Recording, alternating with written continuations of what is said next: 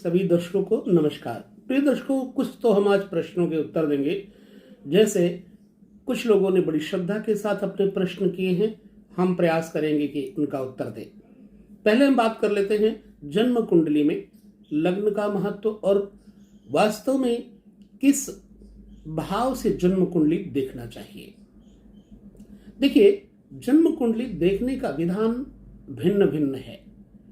कई प्रदेशों में अलग अलग विधाओं के साथ जन्म कुंडलियां देखी जाती हैं। फिलहाल हर एक विधा के पीछे एक राज होता है और वो राज है आपकी आध्यात्मिक सृजन शक्ति, यानी आपके पास अध्यात्म बल कितना है। ज्योतिष सहज में ऐसी विद्या नहीं है जो हर किसी के हाथ लग जाए। ज्योतिष सिर्फ उन लोगों को ही हस्तगत होता है जो श्रद्धा और आस्था से, भगवत सेवा, इष्ट सेवा, आराधना से ग्रहण कर सकते हैं। गुरु सेवा के बिना तो ये विद्या प्राप्त हो ही नहीं सकती है। अतः आप चाहे जितना इसे पढ़ते रहें, आपकी समझ में तब तक नहीं आएगा जब तक कि आप आध्यात्मिक शक्ति नहीं ग्रहण करेंगे।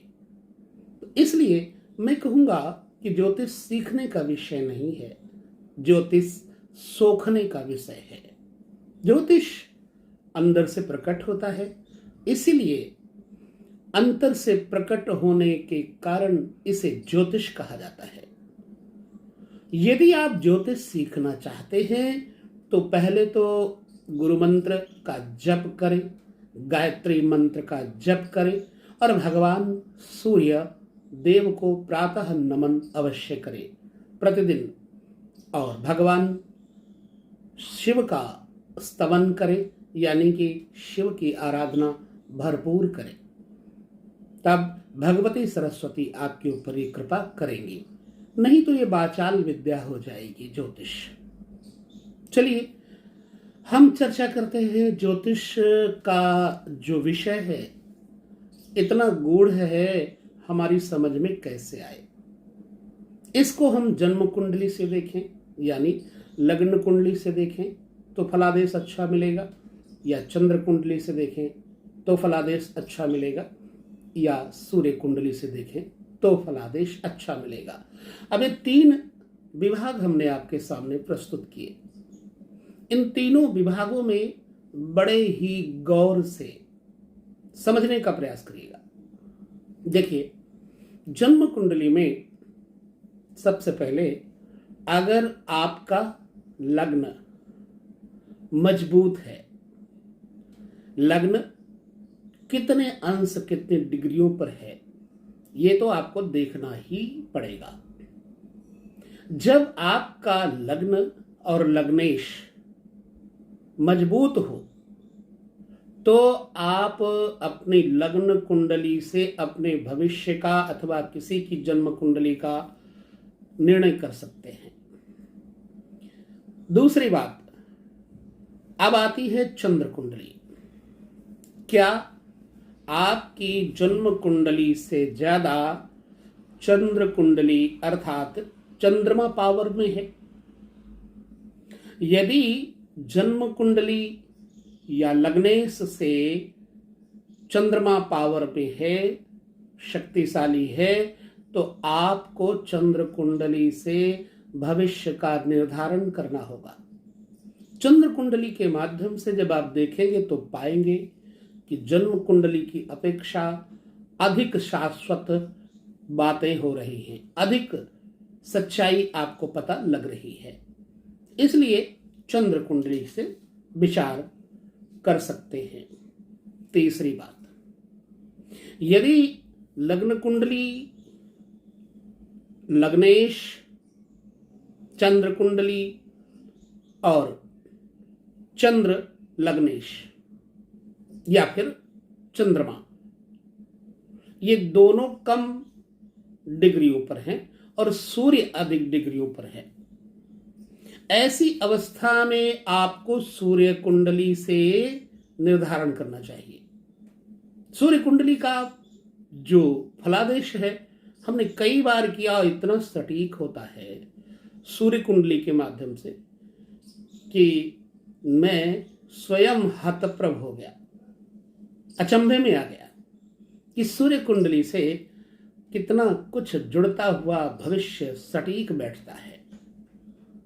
तो अब लग्न कुंडली, चंद्र कुंडली, सूर्य कुंडली, इन तीनों कुंडलियों के हिसाब से आपको अपने भविष्य का फलादेश करना चाहिए। अथवा आप ज्योतिषी हैं तो आप किसी के भविष्य का फलादेश कर रहे हैं तो तीनों ही देखें। वैसे तो सूर्य कुंडली बहुत अच्छी है। फिर हम महत्वपूर्ण चर्चा करेंगे लग्न का मालिक जो ग्रह है, यानी लग्न का कारक जो ग्रह है। मान लीजिए आपका लग्न है कर्क, यानी 4 अंक है। अब इसका लग्नेश कौन हो गया? चंद्रमा हो गया। लग्नेश चंद्रमा हो गया। यदि लग्नेश मजबूत है, लग्नेश के ऊपर कोई शुभ ग्रह की दृष्टि है, तो निश्चित ही आप देखने में सुंदर होंगे। साथ ही साथ जातक की बातचीत में एक सटीकता, स्थैर्य, गांधीर्य, उदारता, समझदारी, सूझबूझ घुली मिली नजर आएगी। और ऐसे व्यक्ति का जो इंप्रेशन है, प्रभाव है, पब्लिक के ऊपर, सामने वाले के ऊपर अत्यधिक होता है। यदि लग्नेश के ऊपर कोई पाप ग्रह देखता है या पाप ग्रह की युति है, तो ऐसी अवस्था में उस जातक के ऊपर देखे जाने वाले पाप ग्रह का बुरा प्रभाव पड़ेगा, यानी वो चिड़चिड़ा हो जाएगा। ठीक है। ऐसे सूर्य कुंडली, ऐसे ही चंद्र कुंडली से आपको अपना निर्धारण करना चाहिए या किसी का जन्मांक देखना चाहिए। ऐसे में आपके प्रश्नों के उत्तर भी अत्यधिक महत्वपूर्ण हैं और आप जो प्रश्न करते हैं उनका उत्तर देने का हम भरसक प्रयास करेंगे। हमारे पास एक कुंडली है, नाम है निखिल। निखिल नेपाल से है। ये कुंडली हम आपके साथ शेयर कर रहे हैं। इसमें जन्म कुंडली में जो जन्म कुंडली की तारीख है वो 18 अक्टूबर 2002 12:54 है। राज बिराज नेपाल। देखो निखिल, तुम्हारा लग्न का जो मालिक है वो शनि है। ठीक है। लग्न का मालिक शनि 5 डिग्रियों पर है और वक्री है। बैठा कहाँ है? छठे घर में। छठा घर रोग का और शत्रु का भी होता है, ननिहाल का भी होता है। यहां पर जब बैठ जाए कोई पाप ग्रह और वक्री हो जाए, क्योंकि शनि यहां का कारक है, तो यहां बैठ के ये वक्री मां के घर को तीसरी दृष्टि से देखता है, अर्थात मामा के सुख को और मां के सुख को कम करेगा। दूसरी चीज है, राहु बैठा है पंचम भाव में। ये पेट को भी खराब करेगा और विद्या को भी खराब करेगा, यानी विद्या में अपूर्णता दे देगा। माना कि भाग्य का मालिक भाग्य स्थान पर बैठा हुआ है, मंगल के साथ है। अब मंगल यहां पर देखा जाए तो जो है वो आयेश है, आमदनी के घर का मालिक है। तो ऐसा जातक धनवान होगा, पैसे वाला होगा, व्यापारी बुद्धि होगी। ठीक है। जमीन जायदाद से संबंधित व्यवसाय करेगा। अगर ये नौकरी करता है तो शिक्षा विभाग में, बैंक में, कचहरी में नौकरी करेगा। चूंकि धन भाव में दूसरे घर में शनि और शनि की राशि में चंद्रमा, अब ऐसे लोगों के घर में, कुटुंब में आपसी संतुलन बढ़िया होता है।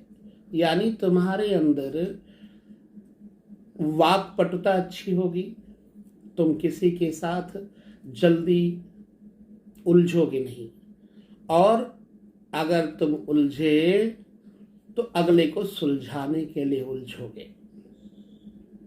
प्रायः बृहस्पति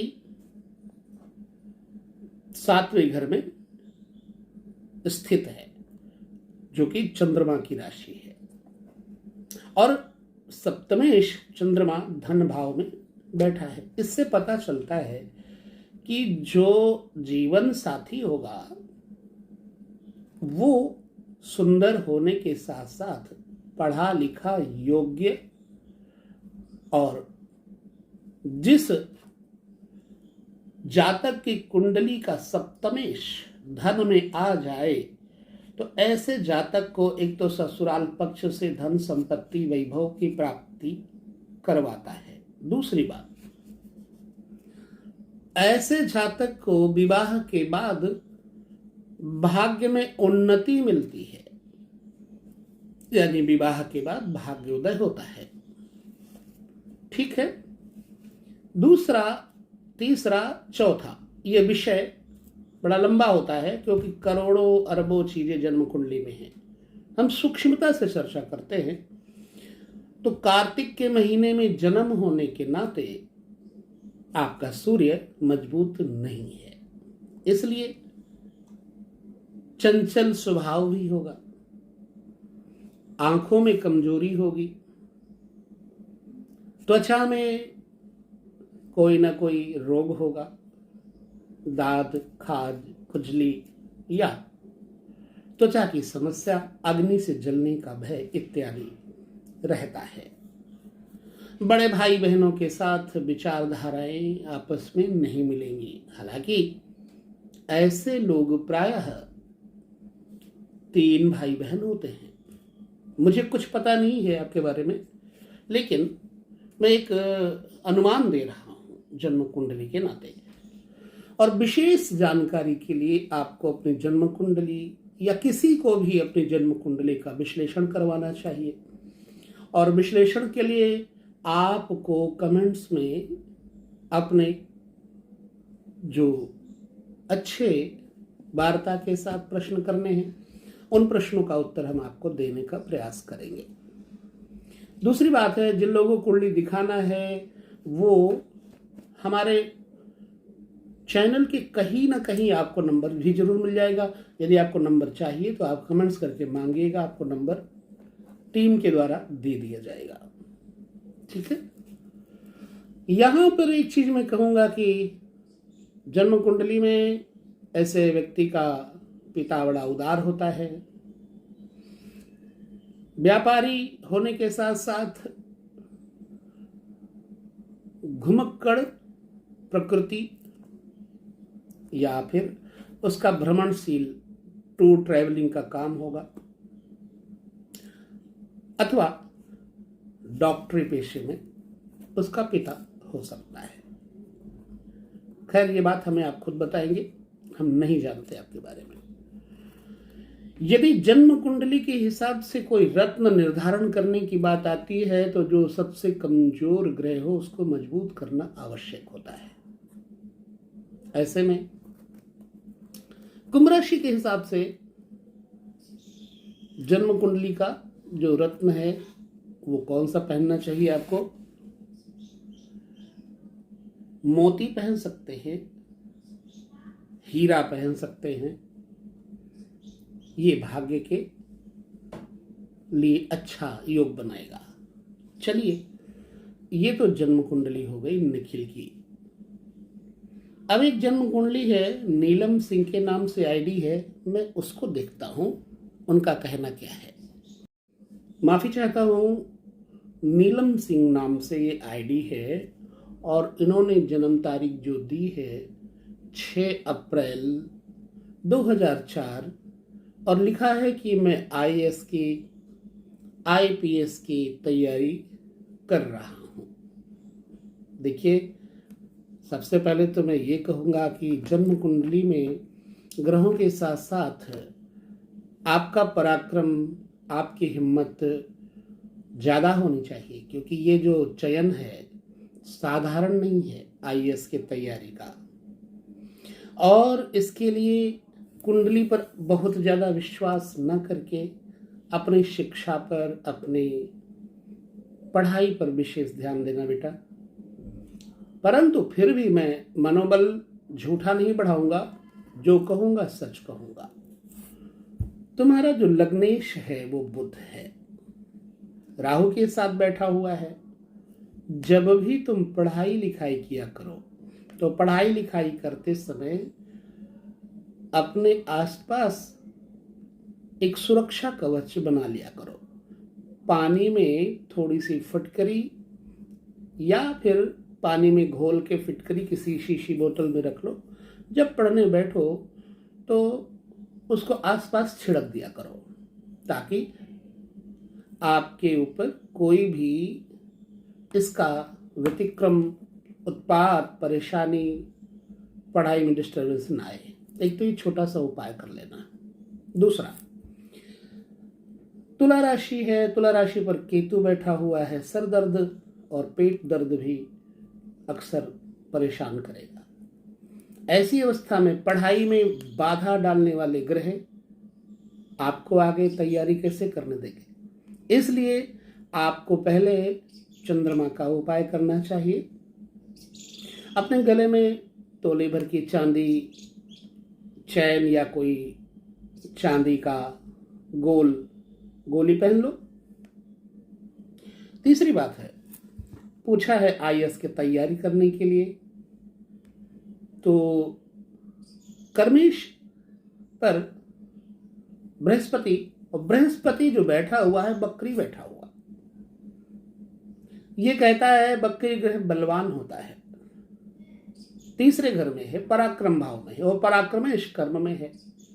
तो ये तुम्हें आईएएस की पोस्ट पर आगे ले जाने के लिए अच्छा योग बनाता है। मैं इतना कहूँगा कि अपने उपाय ध्यान से कर लो और उपायों के साथ साथ पढ़ाई भी करो, आईएएस की तैयारी करो, तुम्हें सफलता अवश्य मिलेगी। अपनी सफलता के लिए मनोबल बढ़ा के चलो। जो मैंने उपाय बताए वो कर लो। वैसे पन्ना एक रत्न है, गले में धारण कर लो, अवश्य ही तुम्हें सफलता मिलेगी। तो ये कुछ बातें हमने आपके साथ जन्म कुंडली की कही। जन्म कुंडली में आप कई लोग प्रश्न करते हैं, मैं उन प्रश्नों का उत्तर देने का प्रयास जरूर करूंगा। लेकिन एक और आपको संदेश देना चाहूँगा कि कोई भी आजकल उपाय अत्यधिक मिल रहे हैं। अगर आप YouTube खोलें तो YouTube पर उपाय मिल जाते हैं, फिर आप Facebook पर खोलें तो Facebook पर उपाय मिल जाते हैं। कोई भी किताबी उपाय, कोई भी Facebook का उपाय तब तक मत कीजिए जब तक उस व्यक्ति का परिचय आपको न मिल जाए, उसकी योग्यता का परिचय न मिल जाए, उसमें सिद्धि और शुद्धि कितनी है इसका परिचय न मिल जाए। अतः कोई भी ऐरा गैरा उपाय करने से बचिए। बस मैं इस विभाग को यही विराम देता हूँ। जन्म कुंडली के और किसी विषय को लेकर के मैं उपस्थित होऊंगा। तब तक आप सभी को नमस्कार, जय श्री कृष्ण।